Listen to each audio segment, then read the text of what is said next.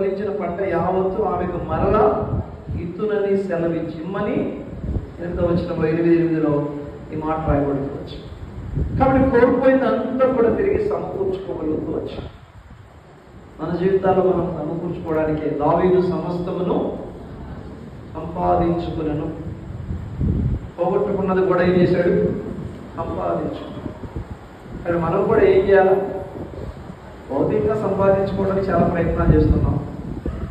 కాబట్టి అది ఆత్మీయంగా సంపాదించుకోవడానికి ఏం చేయాలి? మన ప్రయత్నము.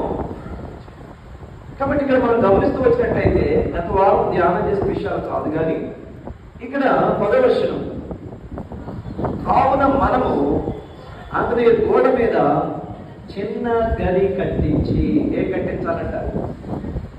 గది కట్టించి. రెండవది ఏం చేసింది?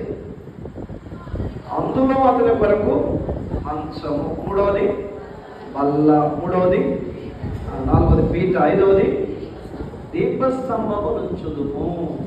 వరకునే గది కడితే సరిపోదు. గదిలో ఏం చేయాలి?